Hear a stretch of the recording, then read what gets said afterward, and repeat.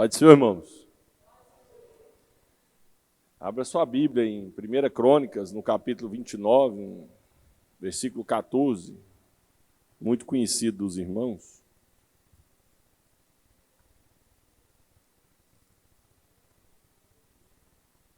Eu não entendo muito de som.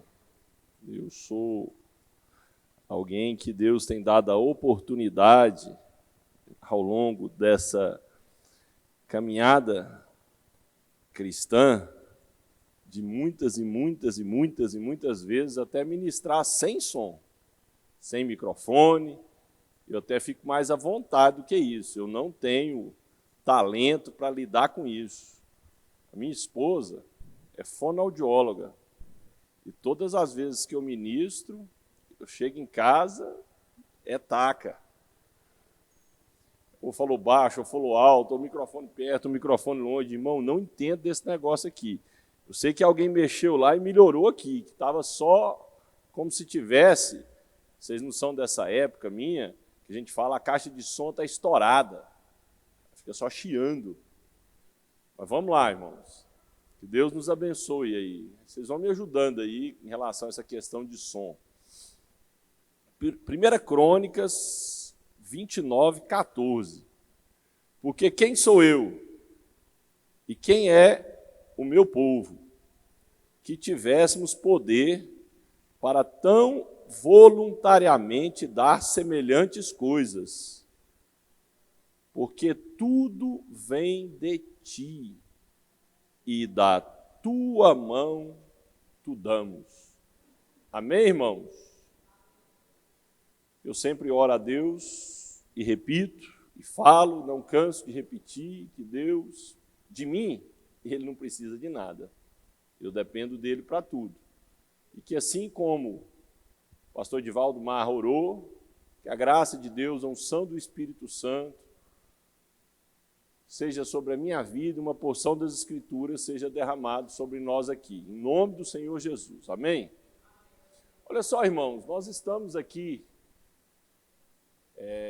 na Igreja Assembleia de Deus do Jardim Goiás, Ministério de Campinas, onde somos liderados pelo bispo Oídes e pelos nossos pastores, pastor Marcos Sérgio e pastor Andressa.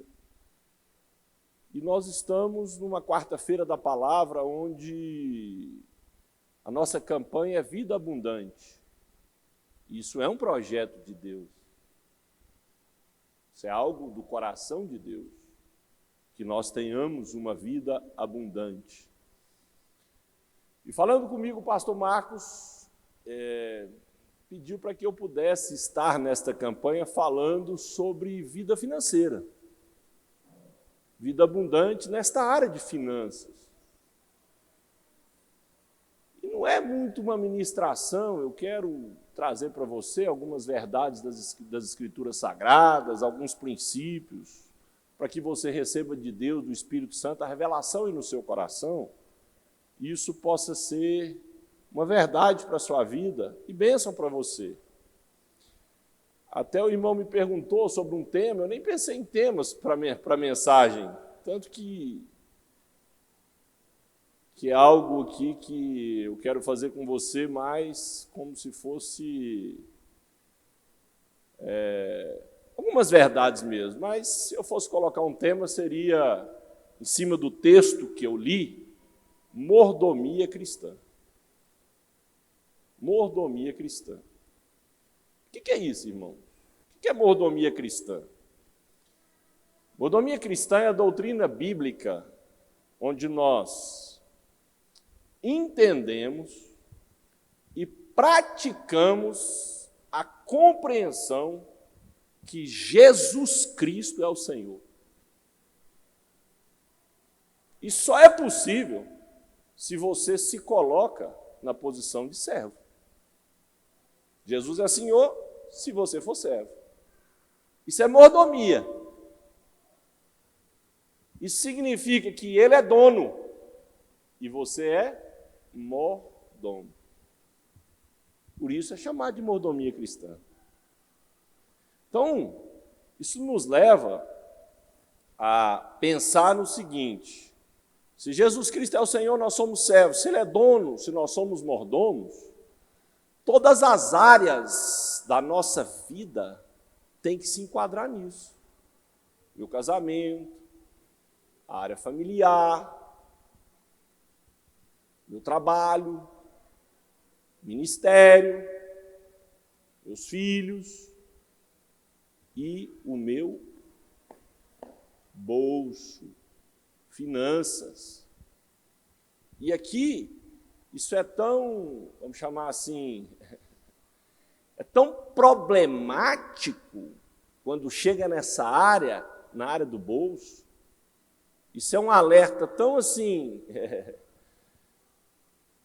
vamos dizer, impactante, que a única coisa, o som hoje não está, eu estou, sim, não está legal isso aqui, mas vamos lá. A única coisa que Jesus qualificou como Senhor foi as riquezas. Do tanto que isso é problemático. Então, as pessoas estão na igreja, declaram que Jesus Cristo é o Senhor, mas não tem o bolso convertido. Não são mordomos em relação à vida financeira. Isso é um perigo, porque Jesus afirmou em Mateus 6, verso 24, que ninguém pode servir a dois senhores, porque ou há de odiar um e amar o outro, ou se dedicará a um e desprezará o outro. Não podeis servir a Deus e as riquezas. Nesse texto, Jesus está falando, cuidado para que você não permita que o seu bolso, as riquezas, venham governar o seu coração. Que se você fizer isso, você vai falhar na sua mordomia cristã. Você vai falhar.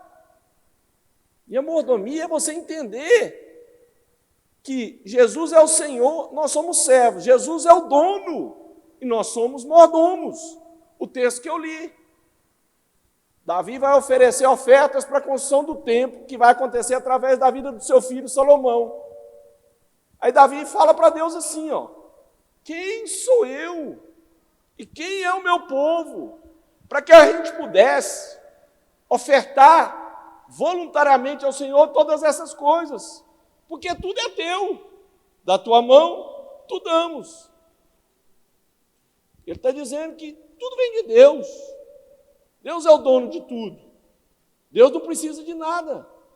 Mas mesmo assim isso não impede ele de exercer a sua mordomia. Então esse assunto é um assunto muitas vezes polêmico na vida da igreja. Pouco ministrado, pouco falado. E quando feito isso, feito de uma forma de se colocar posições e princípios de pensamentos próprios e não da Bíblia. E hoje eu quero falar com você, tendo como base a Bíblia Sagrada, os princípios da Bíblia Sagrada, em relação a essa mordomia cristã. Porque se você quer ter uma vida abundante, essa vida abundante, na vida financeira, ela está em Deus, ela está no exercício da sua mordomia, ela está no senhorio de Cristo na sua vida financeira. Você sabe por quê?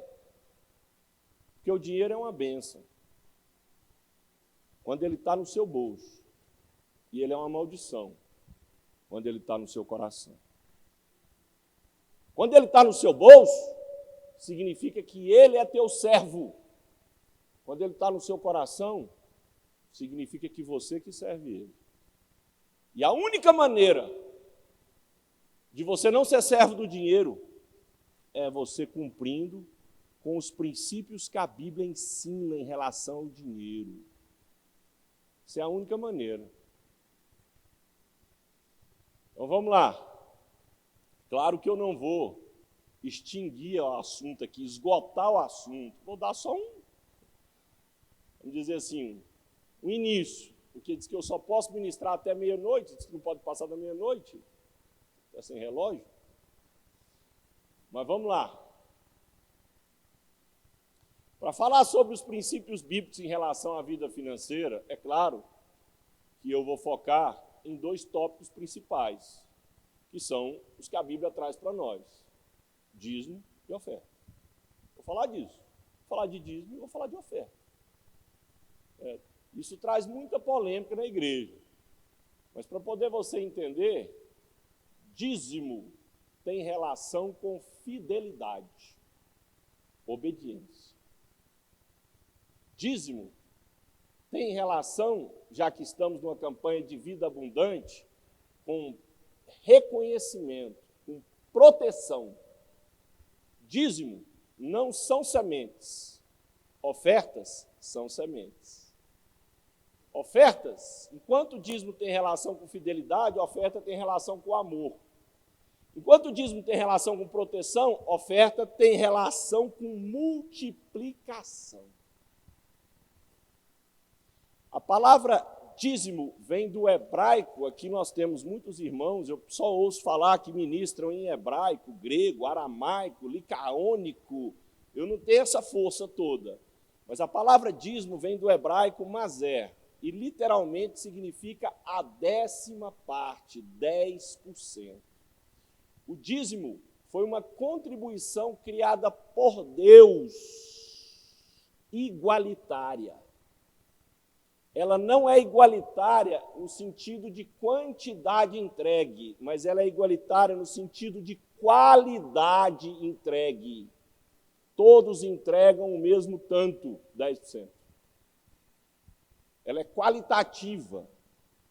Foi Deus que estabeleceu o princípio do dízimo. Dízimo é equivocadamente conectado com a lei, com o Antigo Testamento. Isso é um equívoco. Isso é um equívoco. Antes da lei ser entregue para Moisés, o que Caim e Abel fizeram aponta para o dízimo. Abraão entregou o dízimo, Jacó entregou o dízimo, os patriarcas. E o texto mais completo da Bíblia, em relação ao aprendizado bíblico, sobre os princípios que Deus estabeleceu para o dízimo, está em Malaquias, no capítulo 3, a partir do verso 8, é um texto muito conhecido. E a maior parte dos princípios que eu vou falar estão nesse texto, em Malaquias. E com Deus é assim, você cumpre com os princípios, Deus cumpre com as promessas. E o primeiro princípio importante para você saber em relação ao dízimo é esse aqui, ó. Dízimo é uma maneira que cada um tem de reconhecer que tudo o que temos, produzimos, possuímos, é Deus quem dá. Quando Deus estabeleceu esse princípio, o que Deus queria era que cada um reconhecesse, se eu tenho isso aqui, foi porque Deus me deu. É por isso que Malaquias 3,8, o texto diz assim, ó, roubará o homem a Deus? Todavia, vós me roubais e dizeis, em que te roubamos? Aí o texto diz, nos dízimos e nas ofertas alçadas. Quando você retém o dízimo, não o entrega, você não está reconhecendo que o que você tem é Deus que deu. Por isso que o texto fala assim, olha, você vai roubar a Deus, você está deixando de reconhecer a Deus. Você está tendo uma oportunidade de dizer para Deus assim, se eu tenho isso, foi o Senhor que me deu. Deste modo, não é Deus que precisa do meu dízimo e do seu dízimo. Isso é um equívoco. Sou eu que preciso reconhecer isso. E por que Deus estabeleceu isso? Para me abençoar, para que a riqueza não suba do meu bolso para o meu coração.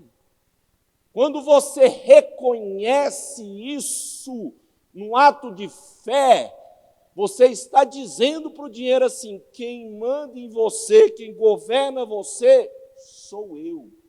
Não é você que me governa. Por isso que o texto que diz, roubará homem a Deus, todavia vós me roubais, e dizeis, em que te roubamos? nos dízimos e nas ofertas alçadas. Aí o texto continua assim, ó, com maldição sois amaldiçoados, porque me roubais a mim, vós, toda a nação. O que é maldição? É o mal em ação.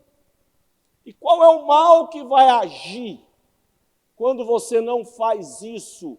O governo do dinheiro no seu coração. Esse mal que vai agir na sua vida. É por isso que 1 Timóteo, capítulo 6, verso 9, se eu não me engano, diz assim, ó, o amor do dinheiro é a raiz de toda espécie de males. E nessa cobiça, alguns se desviaram da fé e transpassaram a si mesmo com muitas dores. O dízimo te protege, protege o seu coração dessa maldição terrível chamada amor do dinheiro. Eu repito, o dinheiro é um excelente servo, mas é um senhor terrível, porque o senhorio do dinheiro afasta a mordomia cristã das nossas vidas. Ai de nós, ai daquele governado pelo dinheiro. 1 Coríntios, capítulo 4, verso 1, o texto diz assim, ó, que os homens nos considerem ministros de Cristo e despenseiros dos mistérios de Deus. Além disso, requer-se dos despenseiros que cada um se ache fiel. Ser despenseiro é ser mordomo, administrador. Como administrador de Jesus nessa terra, reconheça que aquilo que você tem é Deus que dá. E esse reconhecimento na sua vida financeira é através do dízimo. Através do dízimo. Dízimo é reconhecimento de quem é o provedor. Lembra disso. Não se esqueça disso. Dízimo é obediência, fidelidade. Porque o texto de Malaquias, ele continua e diz assim, ó, trazei todos os dízimos à casa do tesouro. Escute isso que eu vou falar para você. Entregar o dízimo é exercício de fé. Quem entrega o dízimo é porque crê e manifesta a sua fé através da obediência. Escute isso aqui, ó. Escuta isso. Nós só crescemos espiritualmente quando exercemos a fé pela obediência. Só assim que cresce. Deus não precisa do meu dízimo. Atos 17, 24 diz assim, o Deus que fez o mundo e tudo que nele há, sendo o Senhor dos céus e da terra, não habita em templos feitos por mãos de homens, nem tampouco é servido por mão de homem algum, como que necessitando de alguma coisa. Deus não precisa de nada. Agora, presta atenção nisso que eu vou te falar. Se Deus faz eu prosperar, crescer na minha vida financeira, sem eu crescer na minha vida espiritual, isso vai ser maldição, perdição para mim. Aí ele me cresce na minha vida financeira, eu cresço na vida espiritual porque eu obedeço, que eu cumpro a palavra de Deus. Aí sim, é bênção para a minha vida, esse crescimento na vida financeira. Crescer na vida financeira sem crescer na vida espiritual, o que cresce aqui dentro é orgulho, é soberba, autossuficiência. E o dízimo te ajuda nisso, te protege disso.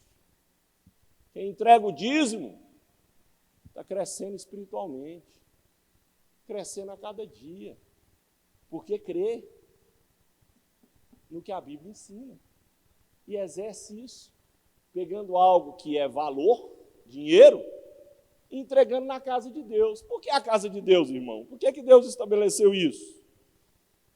Porque a igreja é a agência visível de Deus na terra. A igreja é responsável, assim como o casamento e a família foram estabelecidos por Deus, a igreja foi estabelecida por Deus. E ela é responsável por anunciar a mensagem do Evangelho. É por isso que Deus direcionou os dízimos para a casa de Deus. Por causa disso. A igreja foi estabelecida por Deus com vários princípios. E um deles é que as portas do inferno não vão prevalecer contra ela. A igreja foi estabelecida para quê? Para abençoar você como servo de Deus, como família. A igreja que defende os valores cristãos, os valores da família. A igreja. É por isso que Deus direcionou para cá. Porque aqui é lugar para abençoar a sua vida. Por isso. E tem muita gente que quer direcionar o seu próprio dízimo, a sua própria opinião. Isso está errado. Não é o que a palavra de Deus ensina. Está errado. E quem entrega o dízimo na casa de Deus está manifestando algo que é valioso em relação ao reino de Deus. Porque não tem como você amar a Deus sem amar a casa de Deus. Véio. Se você não ama a igreja, seu amor a Deus é um amor enfermo ou inexistente, com todos os defeitos que a igreja tem, porque os defeitos não são da igreja, são nossos. Em João 2, Jesus expulsa os cambistas do templo, porque esses cambistas não tinham como motivação o amor a Deus, o amor à casa de Deus, a adoração a Deus. Não era essa a motivação deles era a casa de Deus para obter lucro. Lucro. Aí Jesus expulsa. Aí os discípulos vendo aquela cena, eles citam o que está escrito em Salmo 69, 9, uma palavra a respeito de Jesus. Está escrito assim, ó, o zelo pela tua casa me devorará. Que zelo é esse? Trazei todos os dízimos à casa do tesouro, para que haja mantimento na minha casa. Precisa trocar o piso, precisa arrumar as salinhas, precisa arrumar a frente, para que Deus possa abençoar a minha família, a sua família, muitas famílias aqui que estão precisando ser abençoadas, através da palavra de Deus. Que conversa é essa? Que falcatrua é essa? Que engano é esse? De bolso que não é convertido, que fala assim, não, dízimo foi para a nação de Israel, dízimo não tem a ver com a igreja de hoje, tem tudo a ver, o que Deus estabeleceu foi o princípio do dízimo. Quando Paulo vai escrever, na sua primeira carta, à igreja em Corinto, no capítulo 16, verso 1 e 2, ele fala para eles assim, olha, vou falar um negócio para vocês aqui, ó. Mesma coisa que eu falei para a igreja da Galácia, eu vou falar para vocês. No primeiro dia da semana, quantas coletas? Primeiro dia da semana, cada um é para separar e colocar à parte conforme a sua prosperidade, conforme o dom da sua mão. O que é isso? Isso aponta para o dízimo. Conforme o que Deus tem te dado, você separa. Você coloca. O princípio que Deus ensina em Malaquias não muda. Ele não muda. Que dízimo é obediência, que dízimo é reconhecimento, que dízimo é amor pela casa de Deus. Aqueles que combatem isso precisam pensar, porque o bolso não está convertido. Tem dificuldade de separar isso, de reconhecer. Aí inventa um monte de coisa, um monte de lorota, mas o princípio está lá, quem vai mudar? Aí Deus fala, quando você cumpre isso, trazer todos os dias na casa do tesouro para que haja mantimento em minha casa. E depois disso, fazei prova de mim. Se eu não vou abrir as janelas dos céus e derramar sobre vós uma bênção tal que dela vos advenha a maior abastança. O que é isso? Vida abundante. vida abastada, vida sem privações, vida onde a bênção de Deus está na nossa vida financeira. A bênção de Deus, o Deus que abre portas, o Deus que fecha portas, o Deus que faz o milagre na nossa vida financeira, que multiplica. E o texto diz assim, ó, e por causa de vós, o que é isso? Por causa da aliança que você tem comigo, do compromisso que você tem comigo, por causa do princípio que você cumpre, eu vou repreender o devorador, para que não consuma o fruto da terra, e a vide do campo não vos será estéril. Tudo que o diabo quer é isso, consumir o que Deus tem te dado e fazer você se tornar improdutivo. Não tem nada pior do que isso, irmão. A gente não produzir, isso dói na alma.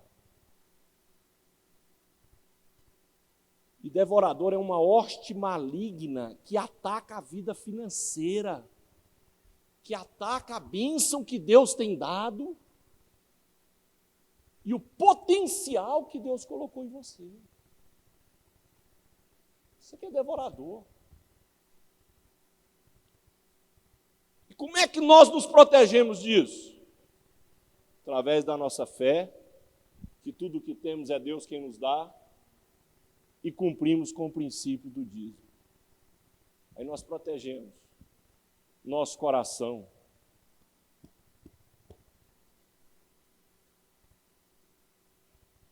Vida abundante tem relação com mordomia cristã, com a conversão do bolso. Tem relação com isso. Amém? Não, dízimo é lei, dízimo é lei, dízimo é lei. Mateus 23, 23, Jesus disse assim, é muito conhecido o texto. Ai de vós, escribas e fariseus hipócritas, vocês entregam o dízimo do hortelã, do endro e do cominho, mas vocês esquecem do juízo, da misericórdia e a fé. Vocês deviam fazer estas coisas e não se esquecer daquelas. Irmãos, Deus, quando Ele ensina um princípio, irmãos, o princípio está ensinado. Acabou. Não tem o que fazer. Não tem o que fazer. Não tem como mudar. O problema é que as pessoas não entendem que entregar o dízimo é bênção, é para mim. É para mim. Então, enquanto o dízimo é expressão de fidelidade, é o 10% daquilo que Deus tem me dado, uma maneira de eu reconhecer a Deus, que é Ele que tem me dado. Existe um texto nas Escrituras, em 1 Timóteo 6,17, muito interessante. O texto diz assim, ó, manda aos ricos deste mundo, o povo que tem dinheiro, que não sejam altivos, nem coloquem a sua esperança na incerteza das riquezas, mas em Deus, que abundantemente nos dá todas as coisas. Quem nos dá é Deus. A Bíblia está anunciando para o povo que é rico, que é o povo que mais tem dificuldade de enxergar isso. Quem dá é Deus. E o dízimo é a prática desse reconhecimento. Os 10% é proteção para a nossa vida financeira. A oferta é tudo que você entrega que passa disso. A oferta já é uma expressão de amor. É multiplicação. Segundo aos Coríntios 9,7 diz assim, ó, cada um contribua segundo propôs no seu coração. Não com tristeza ou por necessidade, porque Deus ama quem dá com alegria. Sei, irmão, é uma expressão do seu amor. É uma expressão do seu amor. Dízimo é fidelidade, oferta é amor. A oferta nos faz parecido com Deus. João 3,16, porque Deus amou o mundo de tal maneira. O que o mundo tinha para dar para Deus? Só pecado, mais nada. O mundo crucificou o Salvador, mas o texto diz que Deus amou o mundo de tal maneira, essa expressão de amor, o que ele fez? Deu, ofertou. Efésios 5:1. Sede, pois, imitadores de Deus, como filhos amados, e andai em amor, como também Cristo vos amou e se entregou a si mesmo por nós, em oferta e sacrifício a Deus. Todas as vezes que você oferta, isso te faz parecido com Deus. Isso te faz parecido com Deus. Ofertar é pegar o seu coração e direcionar para o reino de Deus. Olha o que Jesus disse em Mateus 6,19. Não ajunteis tesouro na terra, onde a traça e a ferrugem tudo consome, e os ladrões minam e roubam. Mas ajuntai tesouros no céu, onde nem a traça, nem a ferrugem consome, os ladrões não minam nem roubam. Porque onde estiver o vosso tesouro, aí estará também o vosso coração. O que é tesouro? Coisa que tem valor, coisa importante. E no nosso contexto, o que é que tem valor? Dinheiro. Dinheiro. Se você oferta, irmão, você está direcionando o seu coração para o reino de Deus. Isso é impactante. Isso é incrível. Você sabe por quê? Salmo 145, verso 13, o texto diz assim, ó. O teu reino é um reino eterno. O teu domínio estende-se a todas as gerações. Todas as vezes que você oferta, você está direcionando o seu coração para o reino de Deus e é um investimento eterno. Eterno. Qual investimento que é melhor que esse? Não tem. Eterno. Está relacionado à eternidade. E o dar é um investimento, irmão. Lucas 6,38. Dai e ser-vos-á dado. Boa medida, recalcada, sacudida, transbordante vos darão. Quando você oferta, você está praticando um princípio bíblico importantíssimo, que é o princípio da honra. Tem muita gente que ora a Deus e fala a Deus, Deus, eu quero honrar o Senhor. Eu quero honrar o Senhor. E tem um texto em relação à oferta que é muito lido na igreja, que diz assim, ó, Provérbios 3, 9 e 10. Honra o Senhor com a tua fazenda e com as primícias de toda a tua renda. E os teus celeiros se encherão abundantemente. E os teus lagares transbordarão de moço. O que o texto está dizendo? Todas as vezes que você oferta, você honra a Deus e Deus vai honrar você. E é interessante que, mesmo com o conhecimento limitado das Escrituras, não sei se eu posso usar essa palavra, pequeno conhecimento, não sei. Mas quem manuseia isso aqui, aprende uma coisa, que Deus nunca vai perder no dar. Você pode dar o que você quiser para Deus, que Deus nunca vai perder para você. Hoje pela manhã, quando eu estava fazendo meu devocional e lendo a Bíblia, e pensando nessa noite aqui, entregar algo para vocês, Aí eu pensei, direcionado pelo Espírito de Deus, eu fui para 1 Reis 17, fala o texto da viúva de Sarepta. Aí tem um versículo lá que é de cavar a terra e de entrar dentro. O texto diz assim, ó, Elias, vai para Sarepta, porque lá eu ordenei uma viúva que te sustente. Olha o que o texto diz.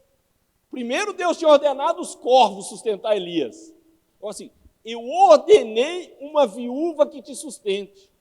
Aí ele vai, quando ele chega lá, ela fala assim, não, eu só tenho um pouquinho de farinha e um pouquinho de azeite, eu vou fazer um bolo, vai morrer eu e meu filho aqui. Eu não sei como que ele não voltou. Ele falou assim, Deus, o senhor se enganou? Uai, como? E ele fala para ela, faz um bolo pequeno para mim, entrega para mim primeiro. Depois você faz aí, seu filho para você. Por quê? A farinha nunca vai parar. O azeite nunca vai parar. Aquela mulher entregou um bolo pequeno. Ela foi alimentada por anos. Anos. Porque Deus nunca vai perder. Nunca vai perder no dar. Lucas 5, o texto fala da pesca maravilhosa. Mas antes da pesca maravilhosa, Jesus está pregando e Jesus fala, tem como você me emprestar seu barco? Para ele ministrar. Aí Pedro empresta um barco vazio. Jesus devolve para ele 2 barcos cheios.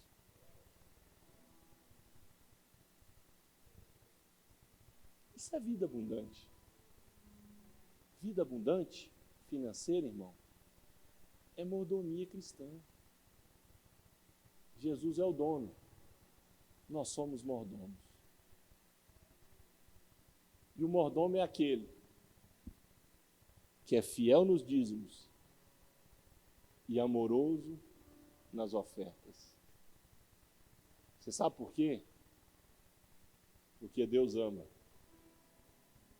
a quem dá com alegria. Amém? Eu creio que Deus tem vida abundante para nós, para a igreja. Eu creio. Dinheiro não é garantia de felicidade, irmão. Mas pobreza traz tristeza. O que Deus tem para nós é prosperidade. Que é a bênção financeira sobre o governo de Deus. É colocar o dinheiro no bolso e não no coração. Amém? Eu profetizo sobre a sua vida a prosperidade de Deus, a vida abundante de Deus. Eu profetizo sobre a sua vida que tudo que Deus colocar nas suas mãos, o Espírito de Deus vai te governar. Você vai ter prazer e alegria em ser fiel a Deus nos seus dízimos, ser amoroso nas suas ofertas. Tudo que Deus colocar nas suas mãos vai ser para a glória e louvor do nome dele. Eu profetizo na sua vida e coloco a minha vida também diante de Deus. Coloco a minha família, a sua família. Que Deus abre porta onde não há porta. Que Deus coloque você para ocupar cada lugar que você tem, que Ele tem para você ocupar, e que você ocupe esses lugares como servo de Cristo para a glória de Deus. Eu profetizo uma vida abundante. Para os membros da igreja, Assembleia de Deus do Jardim Goiás, que essa igreja seja uma igreja próspera, uma igreja abençoada, de muita abundância na vida financeira. Eu profetizo a bênção financeira de Deus sobre a sua casa, em nome de Jesus.